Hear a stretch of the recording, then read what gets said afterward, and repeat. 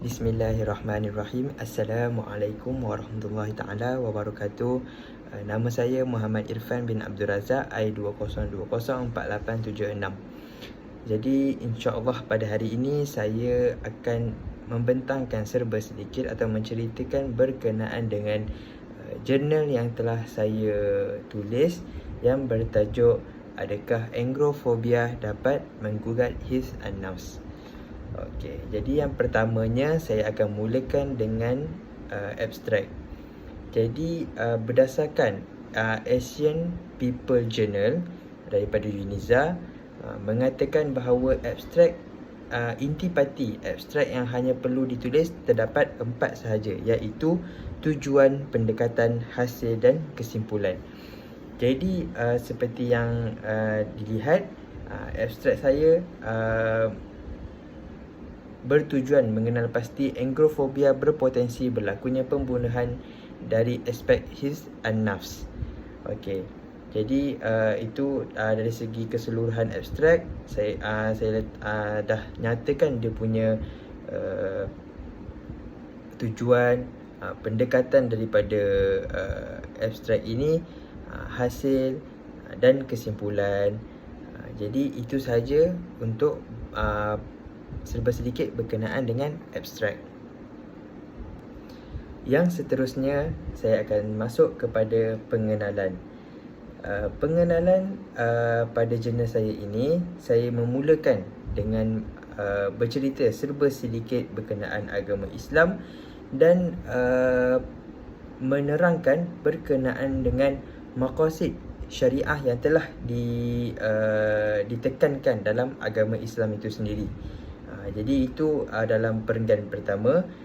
Kemudian perenggan kedua, saya menekankan sedikit terhadap his and nafs kerana ia bersangkut paut dengan kajian saya, yang mana saya menceritakan serba sedikit his and nafs ni dititik beratkan. Kerana apa? Kerana dia adalah penjagaan nyawa yang tidak boleh dipandang remeh lah. Okey. Jadi yang ketiga, apabila saya dah ceritakan berkenaan dengan maqasid syariah dan saya tekankan kepada his and nafs, kemudian pada perenggan ketiga dapat dilihat saya tekankan, saya mengeluarkan sedikit fakta ataupun perkiraan yang statistik yang dikeluarkan oleh Department of Statistik Malaysia, yang menyatakan bahawa sekian-sekian jumlah merupakan jenayah yang terbanyak lah, dan secara tak langsung dapat kita lihat bahawa jumlah jenayah kekerasan ataupun seperti pembunuhan lah menurun. Jadi untuk perenggan yang seterusnya ialah saya menceritakan faktor ataupun latar belakang kepada pembunuhan itu sendiri. Seperti yang kita tahu, faktor dan latar belakang pembunuhan banyak faktor dia. Tapi apa yang saya ingin bawakan satu kelainan, adakah agoraphobia juga boleh membawa kepada pembunuhan? Pada perenggan yang seterusnya, saya ada menerangkan bahawa kemarahan ataupun kemarahan juga merupakan salah satu faktor yang boleh untuk seseorang itu bertindak untuk membunuh, yang mana bila tidak sifat amarah dan menguasai diri, maka tindakan untuk membunuh boleh terjadi.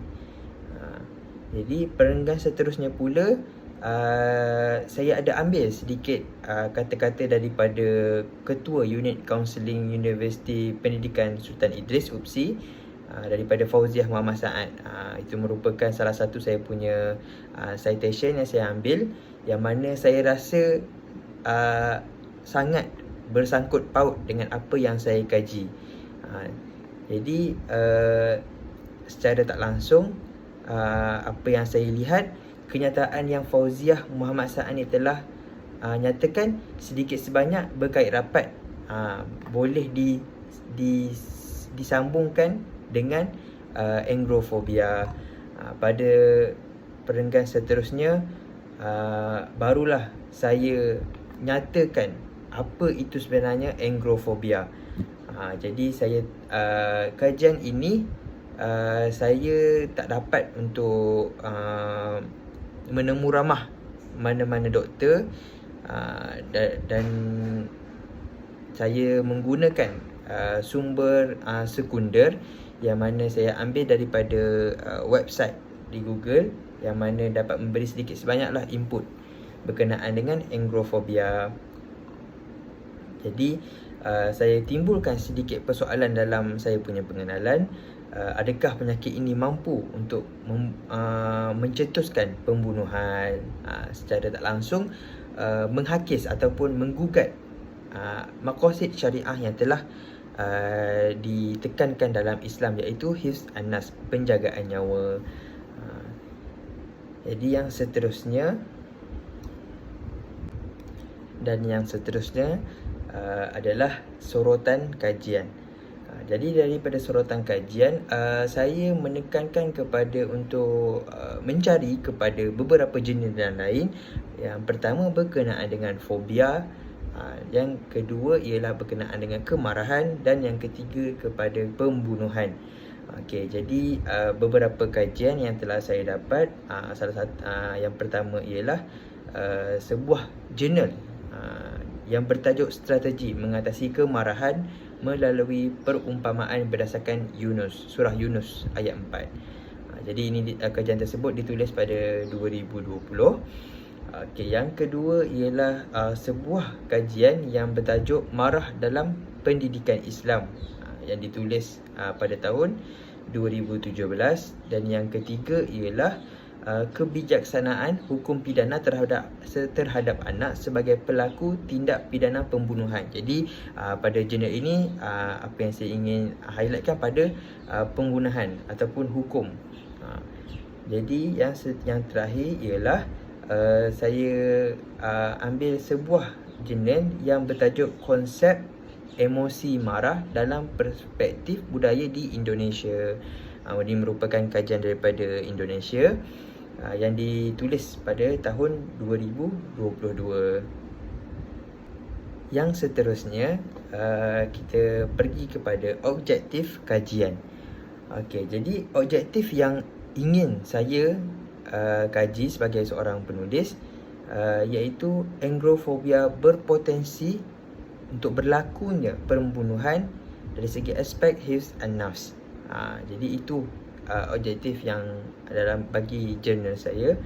Yang seterusnya ialah metodologi kajian, metod yang digunakan.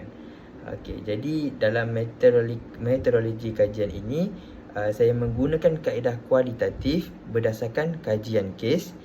Jadi kemudian dari sudut pengumpulan data, disebabkan saya menggunakan sumber sekunder, jadi kajian ini menggunakan analisis dokumen. Jadi data yang diperoleh dikumpul dan dianalisis secara analisis kandungan dan analisis tematik. Okey, selesai untuk metodologi kajian. Yang seterusnya ialah dapatan kajian, hasil daripada kajian ini. Jadi untuk dapatan kajian saya, bahagian ini menerangkan bahawa anglofobia boleh mencetuskan pembunuhan disebabkan oleh tekanan diri ataupun ketidakbolehan mengawal kemarahan yang dialami. Jadi secara langsung anglofobia boleh menjurus kepada pembunuhan.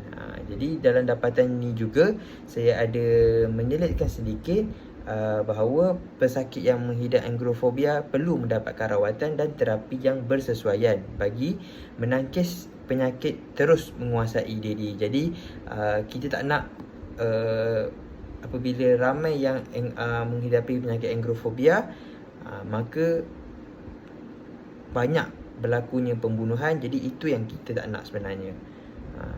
Jadi yang seterusnya kita masuk kepada perbincangan. Okey, pada perbincangan saya ada memetik beberapa sumber yang mengatakan bahawa engrofobia boleh menjerumuskan seseorang kepada pembunuhan atau menyakiti orang lain, sama ada orang terdekat ataupun orang luar. Jadi pada perenggan kedua dalam perbincangan ini, saya ada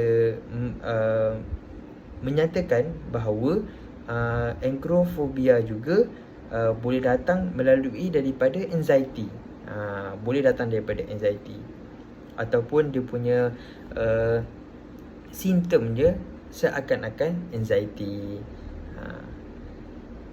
Dan saya ada memetik juga bahawa genetik juga memainkan peranan yang boleh membawa kepada generasi yang akan datang itu untuk mengalami penyakit engrofobia juga. Pada perenggan yang seterusnya, saya ada memberi sedikit simptom ataupun tanda-tanda awal kepada seseorang yang menghidapi engrofobia. Jadi terdapat banyak simptom yang saya dapat daripada platform untuk saya mengumpulkan data. Banyak simptom dan tanda-tanda awal yang boleh kita lihat ataupun kita perhati bahawa seseorang itu ada mengalami engrofobia. Jadi untuk seterusnya, saya akan isikan berkenaan dengan adakah tahap kemarahan engrofobia tersebut boleh dikaitkan dengan tahap kemarahan yang mana telah dinyatakan tahap kemarahan dalam perkahwinan, di mana seorang suami berasa marah kepada isteri dan meluahkan kata talak ataupun talak tersebut. Jadi untuk mencari tu, saya masih mencari kitab yang berkenaan dengan itu. Masih tidak dijumpai, tapi insyaAllah saya cuba cari untuk saya masukkan, untuk saya kaitkan sejauh mana dia punya tahap kemarahan dia tu boleh diperjelaskan lagi. Jadi untuk kesimpulan, hasil pengamatan yang mendalam terhadap kajian yang saya jalani ini, engrofobia ni merupakan satu penyakit yang perlulah ambil berat ataupun perlu dirawat secepat mungkin. Tidak boleh dipandang remeh, kerana secara tak langsung sedikit sebanyak di kemudian hari boleh membawa kepada perkara yang kita semua tidak ingini. Itu sahaja daripada saya. Assalamualaikum warahmatullahi taala wabarakatuh.